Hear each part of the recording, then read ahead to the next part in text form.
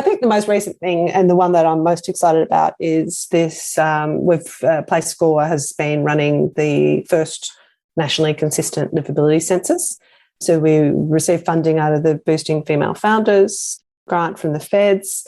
And it's something that I'm really passionate about is this warm data, this human contextual data that's place-based, and trying to sort of break the back of some of the project-by-project engagement that we do to be able to actually understand community values and place performance in a way that's really rigorous and representative.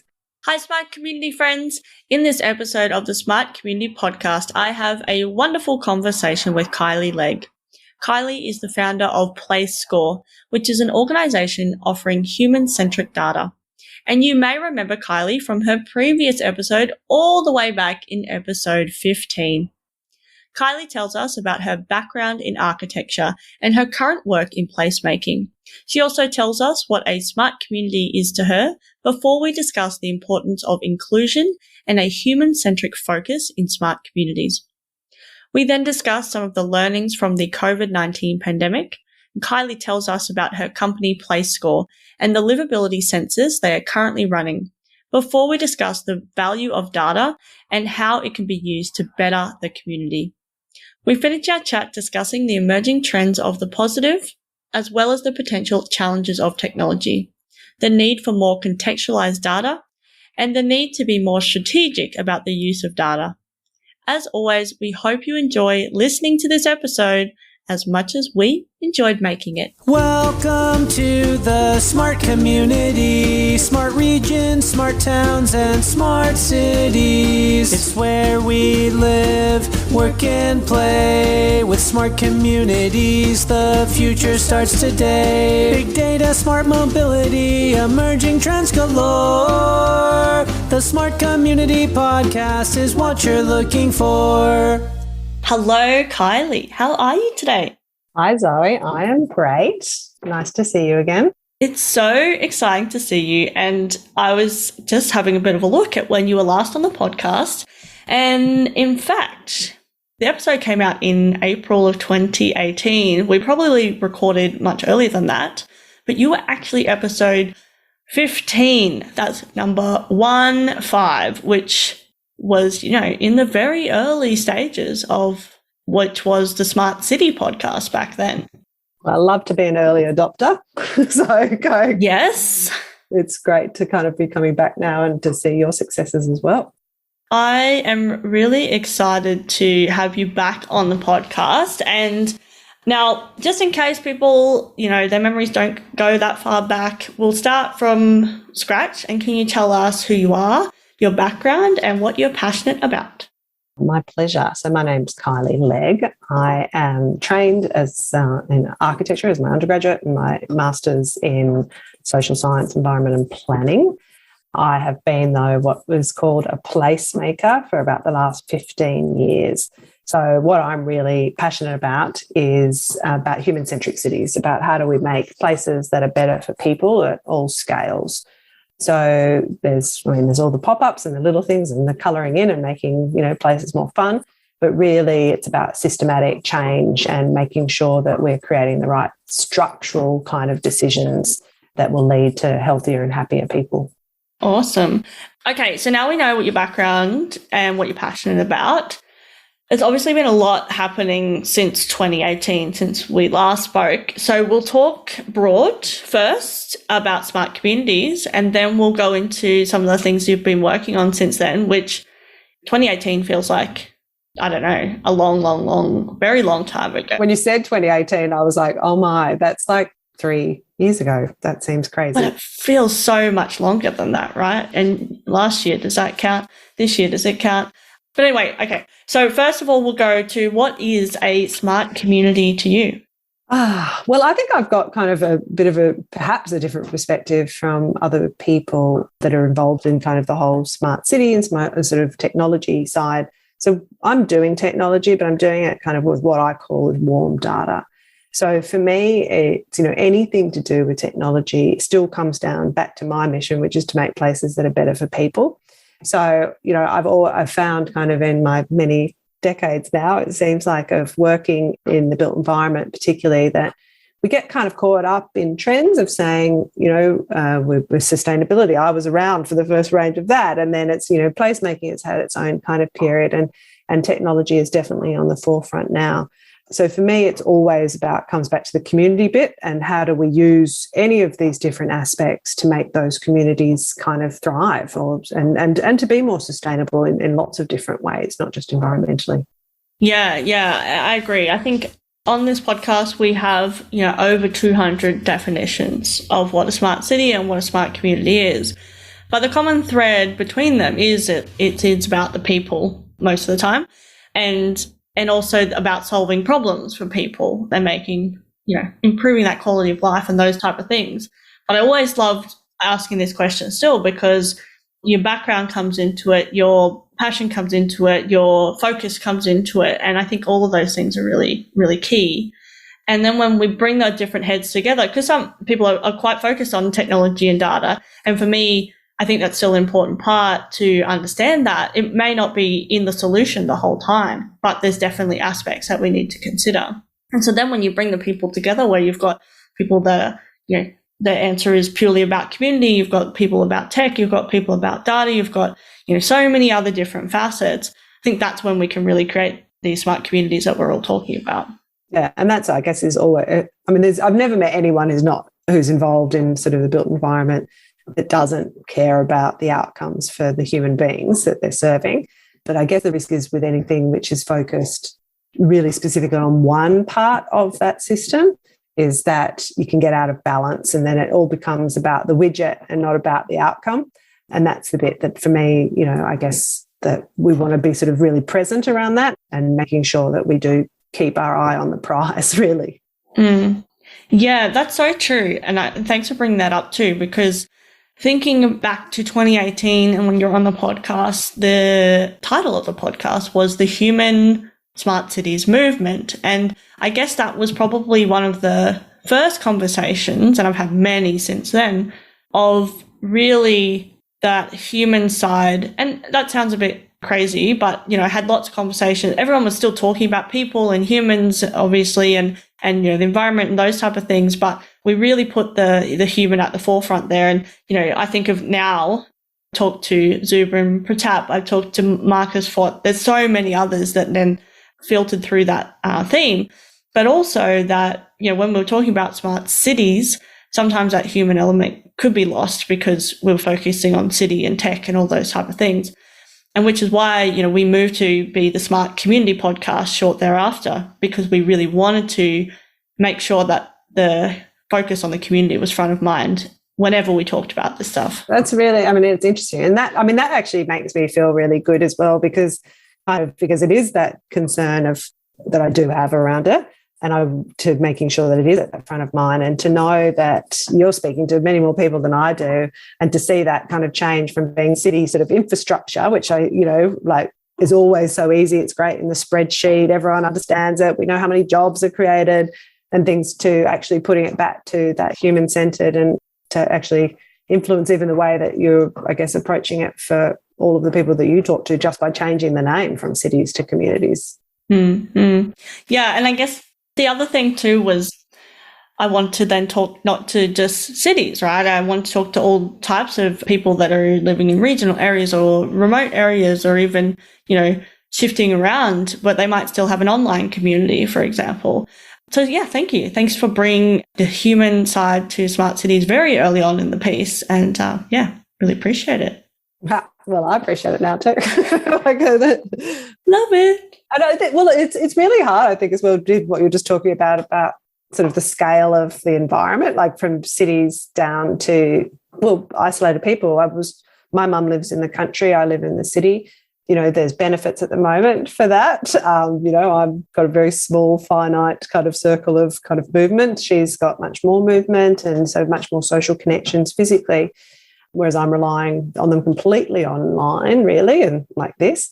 But I'm worried that, if the situation was reversed, that people in regional areas would be really much more isolated and can't just go for a walk and smile at someone on the street, which I can do 6 times in, 100 metres from my house. And so, making sure that we are thinking about how to solve some of these problems that are yet, or just starting to emerge, regardless of the typology of the built environment, I think is really important too. Yeah, agreed. And also on the flip side of that, if you're isolated in a regional area, you may not have, one, the digital literacy to be able to just start a Zoom call, but also, even if you have that, you may not have the internet connection or one that can support a seamless experience, because the more friction there is, the less people are going to, that was too hard, I'm not doing that again. So yeah, there's that side of things as well, which is why it's so important that all those people are included in the conversation about smart communities. Yeah, and it's definitely, I mean, that being able to onboard people onto that technology, whether or not they're, maybe just have missed the first wave just because of age, or, they don't have the opportunity or capacity or finances to do it. Like every time I get a little bit locked in my head around, oh my gosh, this is so terrible, I'm like, I am not trying, I don't have two parents that are both key workers who can't work from home on computers. I don't have three children that are trying to be educated. And, do I have 5 computers to be able to do that even in the best situation? And going like, we've still got quite a long way to go from to making it equitable for everyone to have access to those services. Absolutely. And it's a really, key issue that COVID has helped us highlight. And I say helped, which is not the right word at all, that COVID has revealed, but it's still not solved yet, right? And it's going to continue to be an issue. And it's going to continue to, I guess that divide is getting bigger, because you might be the best, I don't know, lawyer or whatever in the world, but if you can't access and engage and deliver online, then your skills cannot be utilized in this time. And then moving forward, it's going to be a hybrid, solution, because we've normalized this experience that, the consultant that shows up to your business is not necessarily, doesn't have to show up physically. It can be digitally. And that is just as, it's like on equal playing field to somebody that is right in your backyard. And because of the skill sets are the same.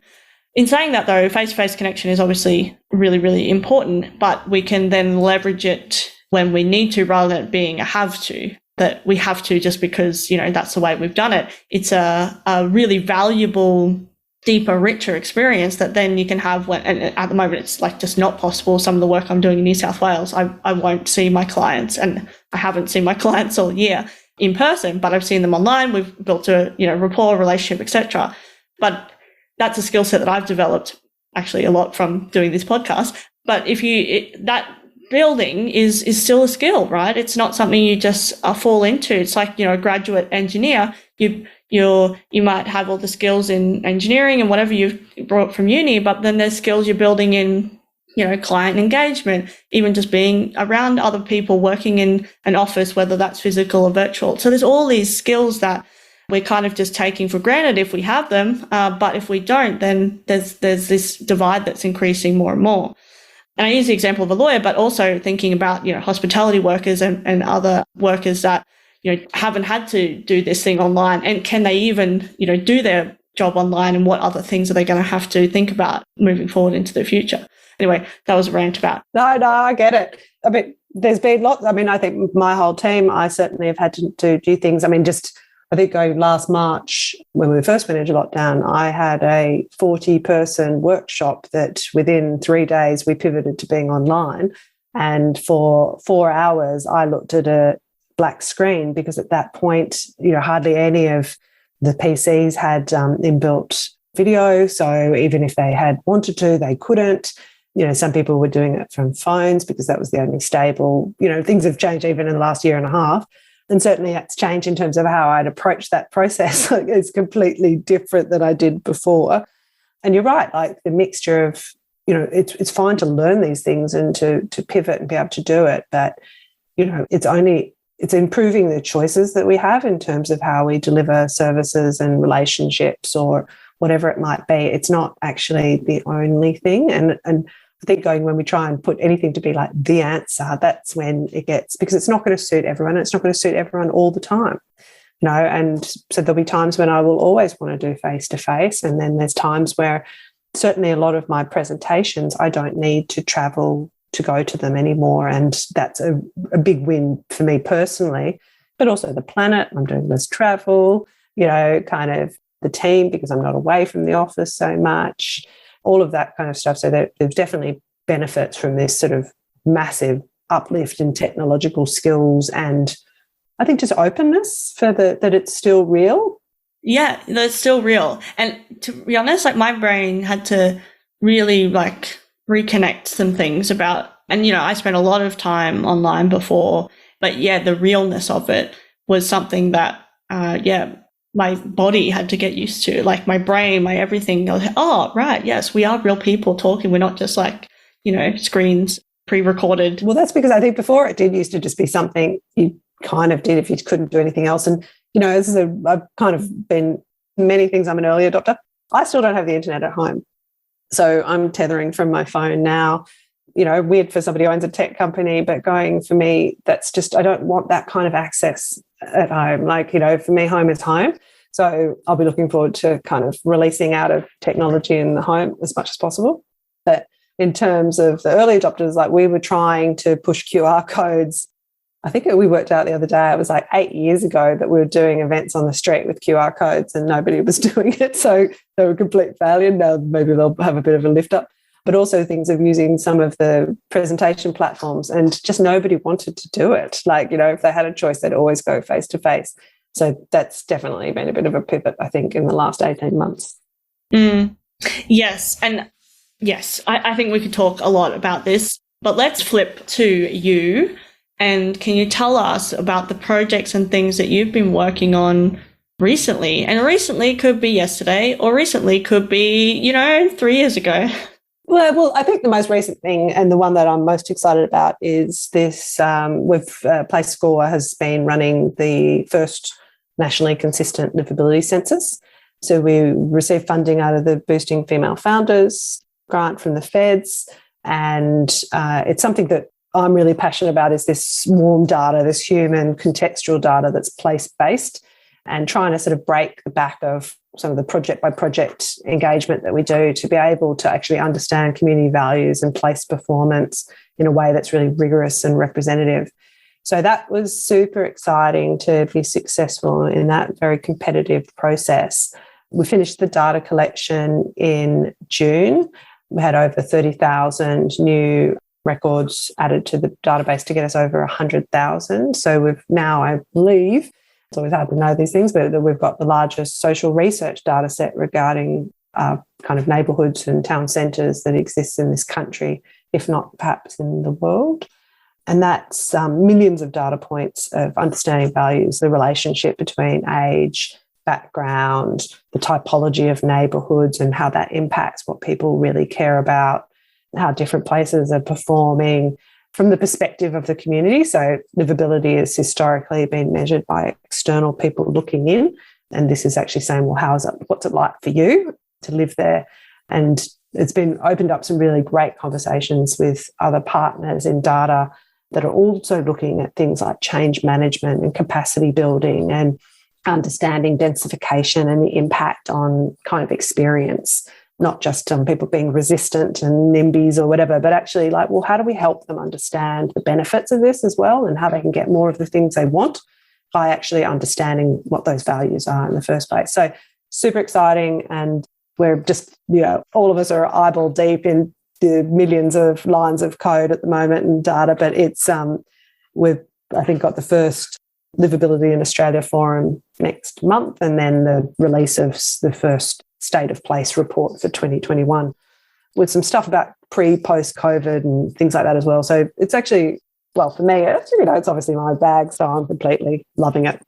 Yeah, cool. I was just thinking while you were talking, do you want to give us a quick 101 on Place Score to start with? Well, not to start with now, because I'm just thinking people might not know about your business as well if they haven't cast their minds back to 2018. So maybe just give us a quick 101. So Place Score is a sister company to Place Partners, which is my placemaking consultancy firm. And I think we worked out that maybe we spoke to about 20,000 people in 10 years through Place Partners. And each kind of engagement was done completely uniquely. And I think we did a lot of research at that point and found that like 78% of all the data that was collected for individual projects lives on the computer of the project manager. So it just was, this huge data wastage. So sort of we build out this sort of premise around sort of reducing, reusing and recycling, kind of in the same sustainability model, to collect community values regarding ideal environments and then performance data around specific places at 2 scales, at the town centre, Main Street, and then at the neighbourhood, and more to come soon, but we're releasing our park score tools in the next month as well.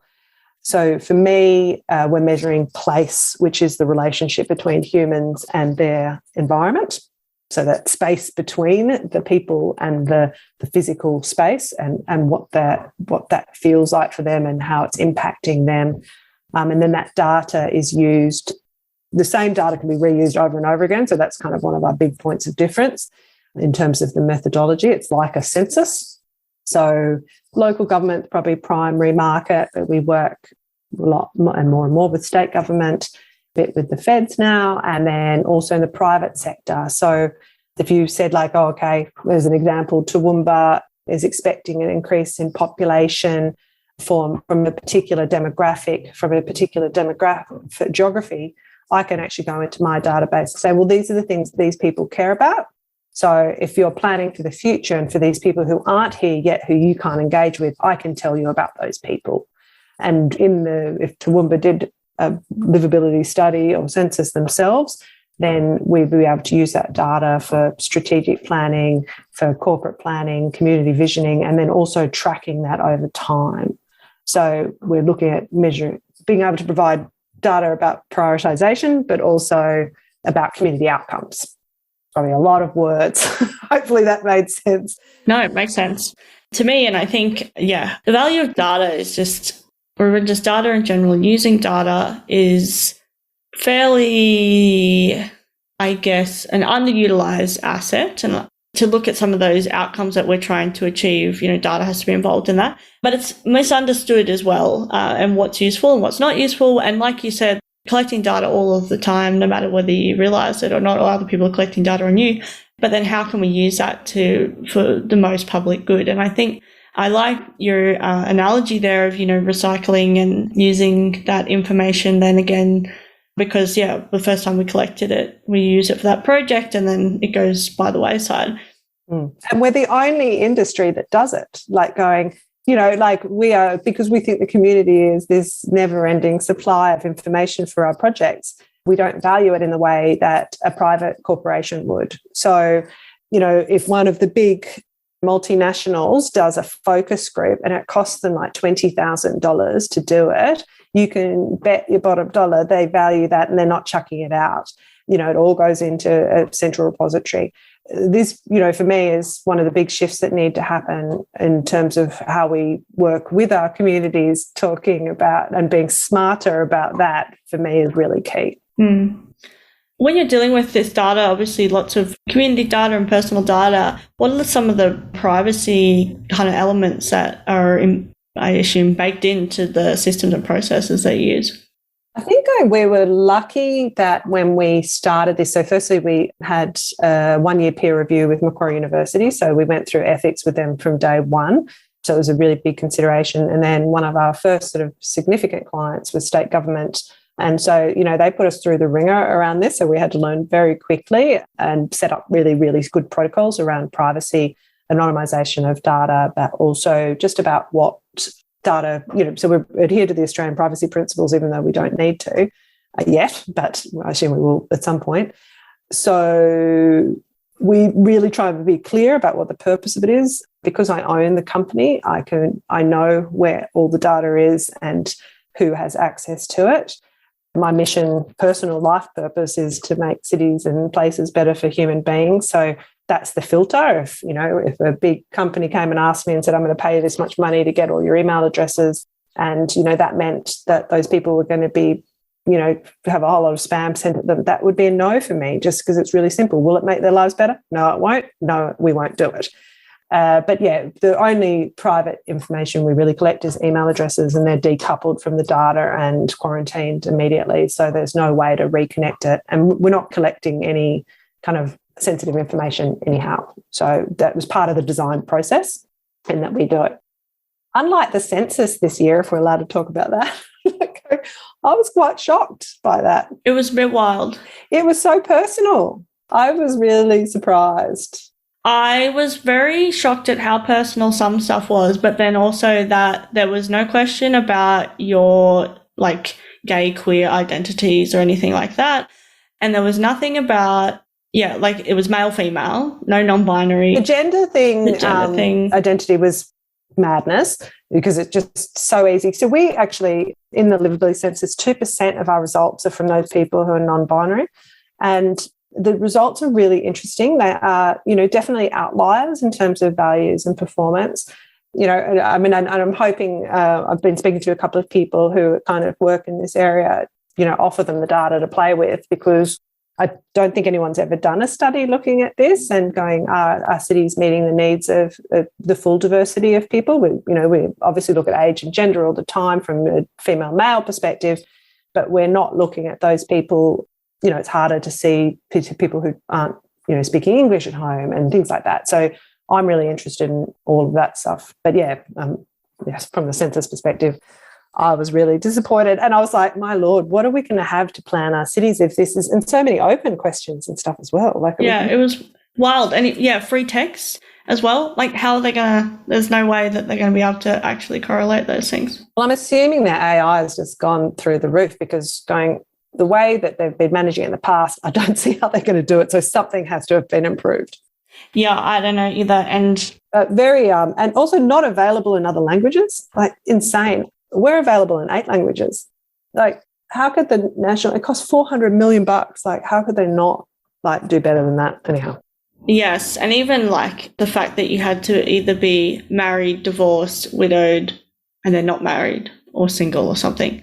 There was no de facto, there was no and I'm just like, do we still place this unnecessary, it doesn't make any sense to me. I'm like, how can we not, considering that we only got marriage equality, 3 years ago? How can they possibly, it's just wild. I'm just like, this is insane. But all the health stuff was the bit that I was like, this isn't okay. It feels weird. I didn't know what the rationale was. Oh, yeah. I think it was trying to identify disability, right? I know, but it was all chronic illnesses and stuff as well. And, it felt weird. It felt like also there was less questions than we used to have. And then the whole issue of not dealing with lockdown. So all the transport data is screwed, forever. It would have been so easy to add an extra question going, on a normal work day, if you're in lockdown, how would you normally get to work? At least give us something, right? Yes. Because that means they're now going to be using 2016 data till 2025. Yeah, which is just wild as well. It's just anyway. Okay. I might do a census roundhouse or something. I think that would be really good, because it was quite interesting. One of my associates, after doing it, and he's now just become a permanent resident, and he is an urban designer, but transport kind of lover, or movement in place kind of passionate. And he was just going bananas the next morning, just going, well, what are we going to do? What are we going to use? There's nothing here, and it's completely not planned. It's just, and they've had plenty of time to have a COVID strategy. I mean, it's been 18 months for them to think that maybe there'll be cities in lockdown. And the lack of consistency across the country. Oh, no, madness. Yeah. Madness. Okay, so let's zoom to the future now. And can you tell us about the emerging trends that people aren't talking about enough? I should be more prepared for this, because, of course, we're all thinking about the future and what's going to happen. I don't know. Some of the things that I kind of see that are good is just generally the fact that there is more conversations happening around both the positives and the potential challenges of sort of technology. And I think there's less of kind of the back to the future excitement about hoverboards and more of the reality around that, which I think is a trend for me that's not necessarily sexy, but I think it's really good. that, there's just a little bit more consideration of different perspectives around it. From a sort of data, because that's where I'm sort of living in, I think, the more data that becomes available, the risk is of sort of data overloads. I'm talking about data tsunamis, that you get just kind of washed away and kind of, and you mentioned something earlier about this, about kind of like, well, purpose and, whatever. And I quite often when I'm talking, either doing training around place measurement or kind of just talking to people generally about data, the question is always, so what? Like, yeah, I could go down a million rabbit holes with all this really fascinating things, but it's being really clear about what the purpose of what you're doing is. And that links, I think, right to what I said at the very beginning. Everyone working in kind of urban environments, our purpose is to look after the humans that are in our care or that we're responsible for. So I think being more strategic is a trend that people should be talking about more, about saying, why are we doing this and what's the sort of the cost benefit of doing it, but also the cost benefit of not doing something else. So, it's quite an opportunistic market out there at the moment. And it's like, if you come selling, solar powered coffee pots, and people are like, oh, that's amazing, we should get one of those. But then next week someone comes up talking about eco waste management system that's, run by, people, I don't know, whatever it is. I'm trying to think of something smart, which I can't. But it's like going, because we haven't seen the breadth of the market and of what the opportunities are, it's kind of like, oh, no, that one. And it's very shiny, bright things. So that I guess kind of the thing we should be talking about is that I don't think there's a massive rush. There's a lot of non-smart stuff that hasn't been resolved yet, that we still need to work out. And it's kind of like, well, in one way, it's like, what are the core systems that we need and how can technology help those things to work better in the first instance before we start adding new systems that could potentially break or aren't planned well. So it's not really kind of like, just a trend, but I guess it's an approach to thinking about smart communities and how you onboard this into your organisation or into your actual community. No, absolutely. And I think they're really important ones. And I think that it is, the first one you touched on there was about the maturity of the conversation. Well, both really were about the maturity of the conversation and then the approach, which you would have seen over time. I've seen it, talking to people as well, has shifted and changed. So we're not talking about the Jetsons or whatever and going, wow, wouldn't that be great? We're talking about, well, if this was a thing, which now is kind of possible, what is it that how will the community benefit? How will they be impacted? What are the implications? Are we ensuring that it's, people will have equal access, et cetera, et cetera? And we're actually talking more about that digital divide and that gap that we don't want to make bigger. And it's not just about digital, it's about all the things that, we've got all these gaps in society and how digital can either increase or decrease those. And I think that's the conversation that I get excited about as well, because we're actually thinking and doing things for the public good rather than just, like you said, looking at the newest, latest smart. Yeah, I mean, they're really fun and sexy. Like I was sort of looking at some data the other day and I was like, oh, that looks fun. I really want to get into that. And then I was like, yeah, but how would I use it? What would be the value, of that, like having that? And it was like, it's interesting, but I'm not sure that it has a potential impact. You know what I mean? Like, and that's going to be the hard decisions, I think, going, because you want to know some of these things, but if it doesn't help you make better decisions, then particularly from a data perspective, it's kind of, for me, okay, well, if I have time, I'll look at that later, but I'm not going to invest a huge amount in that at this point. Yeah. And it's all temporal too, right? Like that might be interesting now, but actually may become an imperative. I think about some of the things that weren't that important, and now I won't be able to think of one, but like that it was important to have a nice background set up or whatever. It wasn't important before, but then it suddenly became important, particularly when you're delivering and engaging online.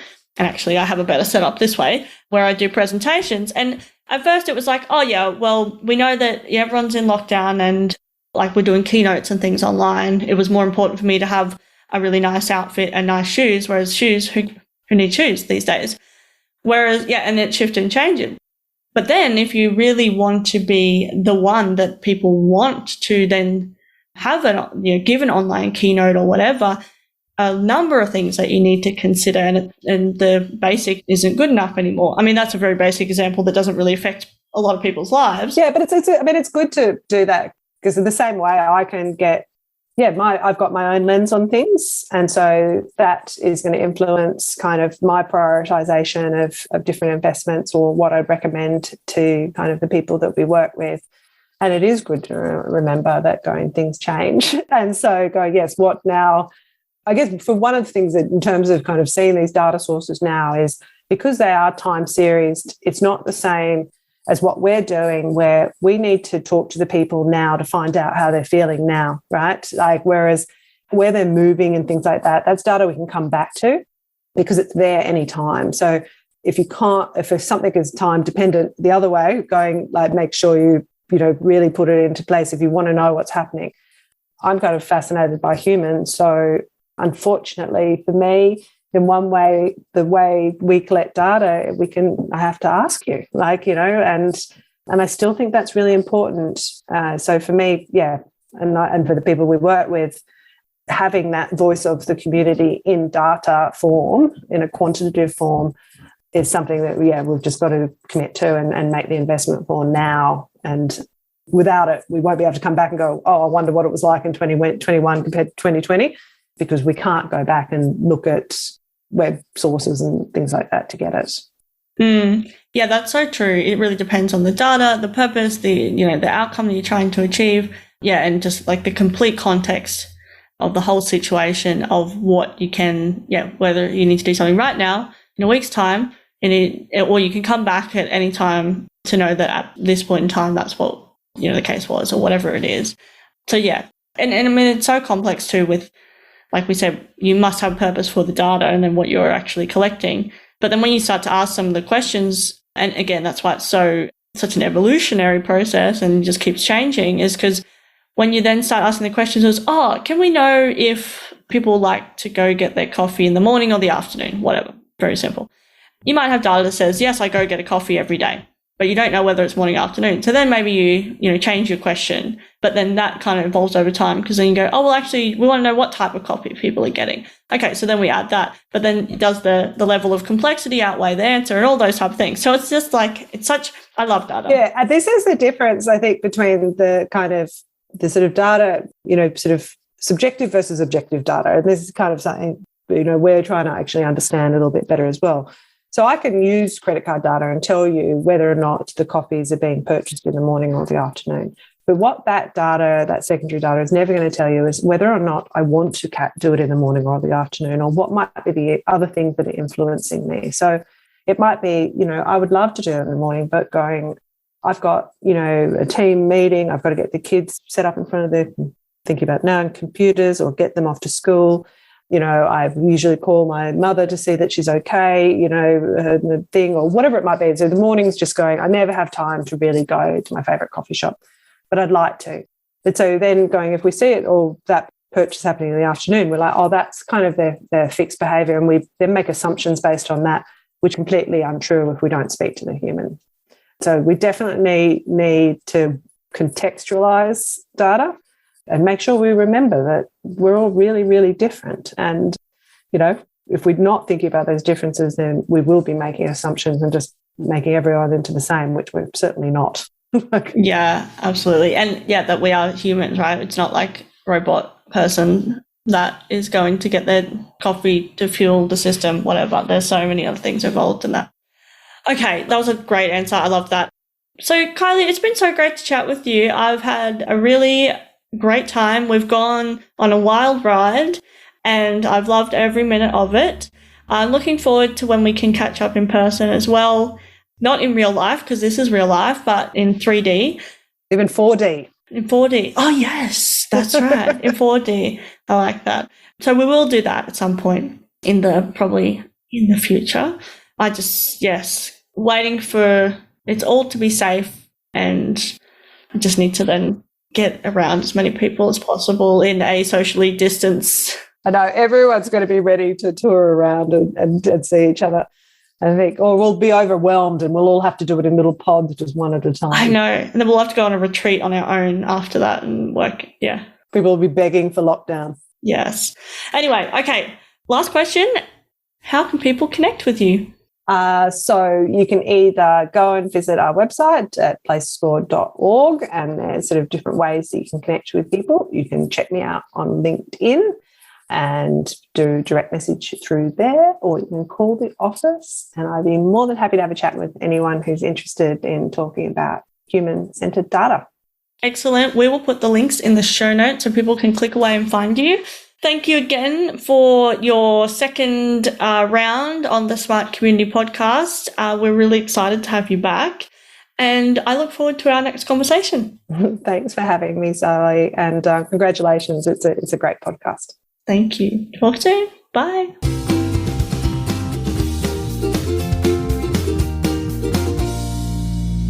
Are you looking for an engaging speaker, MC, or facilitator for your next big event? Then we've got you covered. Zoe is a go-to speaker, MC, and conversation facilitator with a difference.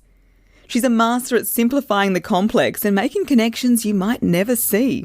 Book Zoe for your next event. Email hello@mysmart.community or head over to her speaker page, www.mysmart.community/speaking. Thanks so much for listening to the Smart Community Podcast. Show notes for this episode and all other episodes are available on our website, mysmart.community/podcast. If you have any questions for us or any of our guests, you can email hello@mysmart.community. You can also find us on the socials. We are on LinkedIn and Twitter @SmartComHQ. That's com with 2 M's.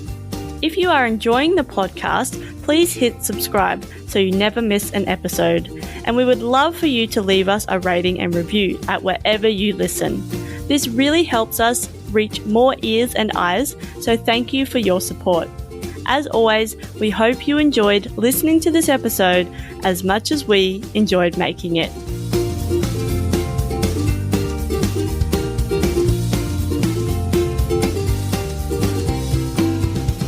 The Smart Community Podcast is what you're looking for.